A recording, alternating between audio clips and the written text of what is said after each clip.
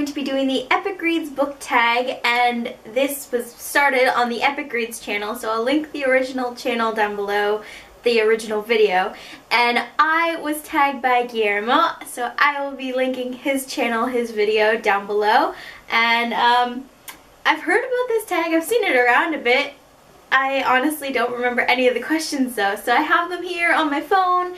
I have his video up and just reading the questions out of his description box thing. If you're watching this video, that means I'm at my dad's and it's a pre-film video, so I hope that's okay. So the first question is, if you could invite one author and their one of their fictional characters to tea, who would you invite and what would you serve them? I don't think this should come as a surprise, but I would invite Sarah Rash to tea, and I would invite her fictional character Mira from the Snow Like Ashes series.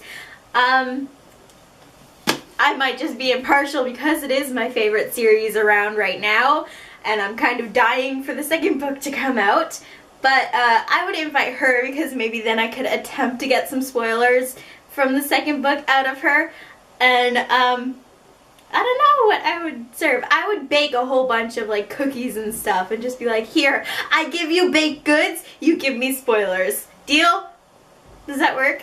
Can that work? I'm gonna say that works. Number 2 is, what book do you wish an author would write a prequel for?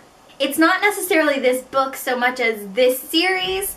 And I don't even think it would be like a prequel to it, just a book in a certain character's perspective. That's what I want. I want another book in the Shatter Me series in Warner's POV. Ever since I read Destroy Me, it destroyed me. And I need to know what Warner was thinking through this series. I really wish that Tahara would write the Shatter Me series in Warner's POV, kind of like Stephanie Meyers had the idea to write Twilight in Edward's POV. But like, I really want to know what was going through Warner's head through the entire thing, and not just like the prequel to, the prequel novella to Unravel Me. I need more Warner. So if she could write a prequel of some sort in Warner's point of view again, or like a whole book, that'd be great. Question number 3 is, pick 2 characters that are not from the same books who you think would make a good couple. Honestly, I don't know where this idea came from. I think it might be because these 2 books were like side by side on my bookshelf up here on the top shelf, and it just seems kind of cool. So I think I would put Damon Black with Cinder, and that actually, it sounds really, really weird, but when I think about it, they're both 2 different types of aliens. So there could be like a book about them where they fall in love, but they can't be together because they're 2 different types of aliens that are like against each other, and like he's really like hard-headed and she's like really hard-headed, so I think they'd clash, but at the same time I think they'd be like kind of good together. And I mean, that's the only thing I could come up with. But, I mean, at the same time, it'd be kind of cool to see something like that, where there's like 2, like, it kind of sounds like Saga. Wow. Question number 4 is, if you ran into your favorite author on the subway, well, I don't take the subway, we don't have a subway where I live, but if you met your favorite author on the subway and could only say one sentence to them, who is it and what would it be? Well, I would be meeting Lurla McDaniel. I don't think this should come as a surprise to anybody because she has been my favorite author since I was like grade 6. When my friend showed me one of her books, she showed me A Rose for Melinda, which is actually in this bind-up. And I instantly fell in love with her writing, and I've loved her ever since. I actually have like 3 books on the way that are by her, 2 of which are signed, so I'm kind of shitting bricks here. But if I met her on the subway, and I could only say one sentence to her. Oh my god, you're my favorite author, comma, and I love all of your books. That's what I would say, and hopefully that would spark a conversation, and I could just thank her for everything that she's written and how much she has made me like an avid reader, because after reading her books, that's really what pushed me into being like so into reading. I mean, I was a big reader when I was little, but after reading her books in grade 6, I was sold on reading, and I have loved it ever since. Question number 5 is, which book made you a reader and why? So I actually have 2 books for this question because there were two books that I read when I was little that I absolutely adored and constantly reread, and they're kind of what sparked my interest in reading when I started to be able to read chapter books.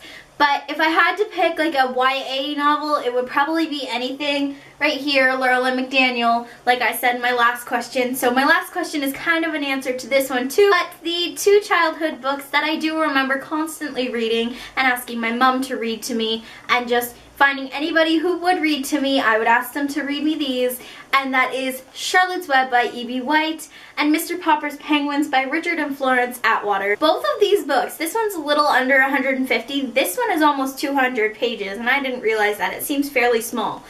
But these two, I absolutely fell in love with them. Just, I've always loved them, and I don't know any other reason other than I loved them, and that's what started me on reading, was I wanted to reread these, and then I found more books that I really, really liked, and I have to owe it to these guys. Incendo, your bookshelf has just caught fire. Oh God.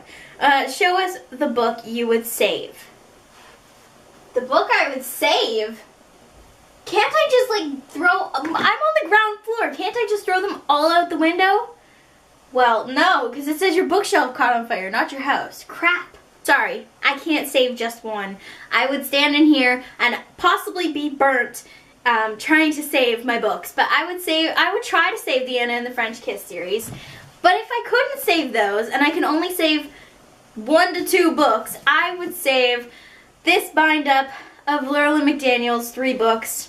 I will always save this one because it has all 3 of my favorites by her in one book. And though it's not a signed copy or anything, it still holds like a really big place in my heart because they are my favorites. But if I could save 2 books, I would immediately grab Snow Like Ashes after that. I love this series so much. I think it's like my Shatter Me.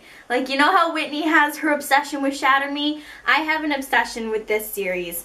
And I need to save both of these. If I can't save anything else, these are the 2 I'm grabbing. But the beauty of having a YouTube channel is I have actually done a bookshelf tour recently, and I have all of my like book hauls that I've just done this past year, and like all of the times that I've done my book hauls. So I literally know every single book that I have, whether it's new or whether it's not new, because you know what? I have those videos, so I can always just go back and say, yes, these are all the books I lost. Insurance company replaced them because I need them. I need all my books back. I can't live without books. Number 7 is, which dystopia would you want to live in if you had to choose? Why? Originally I was going to say Snow Like Ashes again, but I've used that for like 3 questions now, and I think I've used this one, yeah, I've used this one once too, but this would be my next pick other than the selection series by Kiara Cass, because I think that would be pretty cool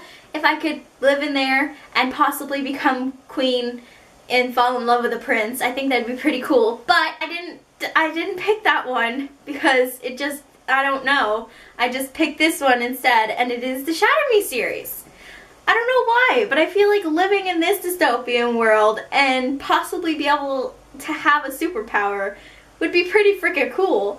I mean, I would have to like know what my superpower is first though before I actually decided to go live in this world, I think. I don't know, it's hard to choose. There's too many to decide. I choose all of them. Number 8 is, what is your most epic read of all time? I feel impartial to say these 2 again. So I feel impartial to say Lurla McDaniel, this bind-up called True Love, with the funky, the fancy cover with the characters that look like each other. I feel impartial to say that book and Snow Like Ashes, just because this is my top read of 2014. Wow, I couldn't say that. So I mean, I love it. I love it. And but this, because she's my favorite author, so I don't know. I can't decide. Don't make me decide. I can't. It's not gonna happen. Number 9 is to tag some people. So I don't know who has done this tag, so if you've already done it, I'm sorry. So I tag Whitney, Gwen, Mads, Kylie, Lauren, Andrea, and I guess I'll tag Emma from Emma Books. They'll all be linked down below, and I will tell them all on Twitter, and hopefully none of them have done this tag, but if they have, well, then, yeah, that I guess they won't have to do it again. Number 10 is do a book shimmy. Is